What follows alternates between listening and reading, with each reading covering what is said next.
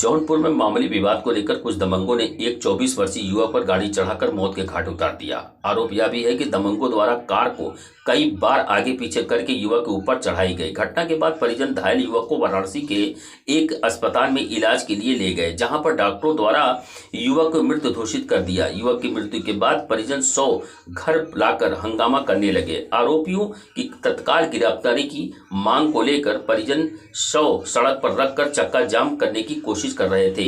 यह सूचना जैसे ही पुलिस अधिकारियों को मिली, मौके पर एसपी सिटी सीओ सहित कई थानों की फोर्स पहुंचकर मौके पर विधानसभा किराकत के सपा विधायक तूफानी सरोज भी पहुंच गए और उग्र भीड़ को किसी तरह समझा बुझाकर शांत कराया, जिसके बाद पुलिस शव को कब्जे में ले पाई। पूरा मामला जलालपुर थाना क्षेत्र के मकरा चौराहे के पास का बताया जा रहा है। रेठी गांव निवासी पंकज राजभर का उसी गांव के छोटू सिंह रोहित सिंह से कुछ बातों को लेकर विवाद हो गया। देखते ही देखते मामूली कहासुनी के बाद विवाद मारपीट में बदल गई। आरोप है कि मारपीट से गुस्साए छोटू सिंह और रोहित सिंह अपनी कार को पंकज के ऊपर चढ़ा दिया, जिससे उसकी मौत हो गई। पुलिस तहरीर के आधार पर मुकदमा दर्ज कर आरोपियों की गिरफ्तारी के लिए जगह जगह दबिश दे रही है।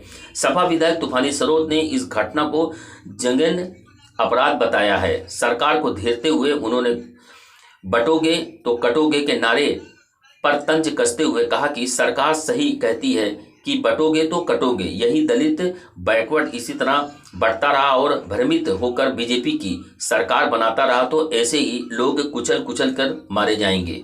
नियम कानून से ले बस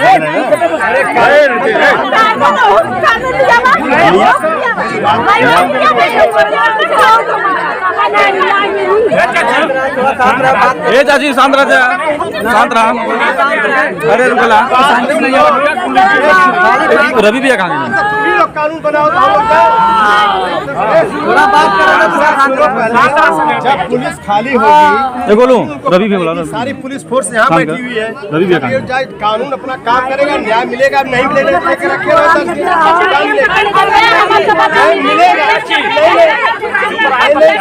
थोड़ा शांत रहा।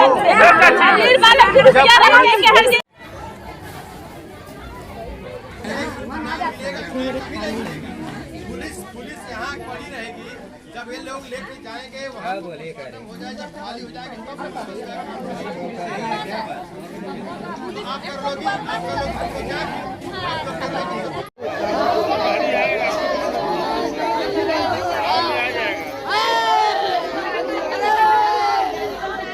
घटना हुई कैसे, क्या मामला बताइए। घटना बहुत ज़्यादा गंभीर नहीं थी, केवल उन्होंने एक आनंद राजभर के थे, वो शेयर मार्केट में काम करते हैं, उन्हीं को 2 पटाखा मार रहे थे। उसके बाद वो फ़ोन किए, जो कि इनके भतीजे लगते थे। हम सब लोग ने, हम भी साथ थे, जो कि वहाँ पर पहुँचने वक्त उन लोगों ने फिर धराधारी कर लिया। सब पर वो लोग 5-6 लोग थे, जिसमें से 3-4 लोग फरार हो गए। जो स्विफ्ट गाड़ी थी 2777, जो कि केवल पंकज राजभर टारगेट नहीं थे, उन्होंने जितना भी लोगों को सामने पाया था, लेकिन कोई भाला सामने आया नहीं। उनके गाड़ी की रफ्तार देखते हुए सब लोग अपने अपने खंतिम साइड में गिरते हुए धरावक तो हो गए, लेकिन मौके पर पंकज राजभर ने सड़क पर दिखा, उनको उड़ाते हुए फिर गाड़ी बैक कर गए।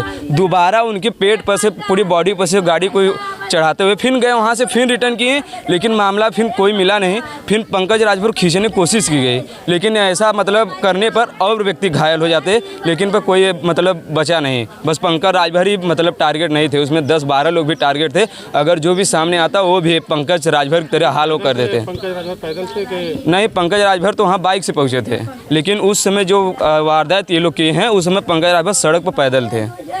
कौन कौन है घटना करने वाले? घटना करने वाले में है छोटू सिंह और रोहित सिंह। क्या नाम आपका? मेरा नाम सत्यम राजभर। ये हत्या का मामला आया है, क्या है आप? मौके पे मैं गया था, मैं सुबह बाहर निकल गया था किसी आवश्यक काम पे, आया जब तो यहाँ पता चला कि त्रिलोचन महादेव के पास एक राजभर की जघन्य हत्या की गई है। ये जो जीरो टॉलरेंस करके हाउस में बोलते हैं, पूरा जीरो टॉलरेंस का जो है कल ही खुल गया है। अभी आपने देखा कि अनुप्रिया पटेल केंद्रीय मंत्री ने जाकर के उनके पदाधिकारी किस तरह से हत्या की गई, मुकदमा नहीं लिखा गया था और हॉस्पिटल इलाज नहीं हो रहा था, तो उन्होंने कहा क्या जीरो टॉलरेंस है, इंस्पेक्टर को डांट रही थी। आपके सामने है, प्रमाण है। उसी तरह आज ये जो घटना रेहटी हुई है, बहुत ही हृदय विदारक घटना है। एक गरीब आदमी को गाड़ी के द्वारा कुचल करके उसकी हत्या की गई जो है। और हत्या करने के बाद आरोपी भाग गए।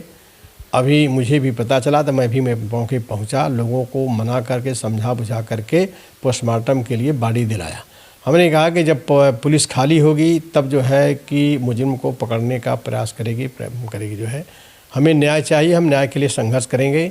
हम जो है मृतक परिवार के प्रति संवेदना व्यक्त करते हैं और उनके हर क्षण में हर वक्त उनके साथ हैं। हत्या का कारण क्या था जो? हत्या का कारण तो साफ पता नहीं चला जो है, लेकिन अब बैग से पहले से कुछ बात रही कि नहीं रही जो है, ये दबंगई है। दबंगई जो नारा दिया जाता है कि बटोगे तो कटोगे, बटोगे तो कटोगे, तो सही कहते हैं बटोगे तो कटोगे। अगर बैकवर्ड दलित इसी तरह बढ़ता रहा, भ्रमित रहा, अब भ्रमित रह करके भारतीय जनता पार्टी की सरकार बनाता रहा तो ऐसे ही लोग कुचल करके मारे जाएंगे जो है। ये जो कारण कुछ नहीं है, मनोबल है, मनोबल बढ़ा है।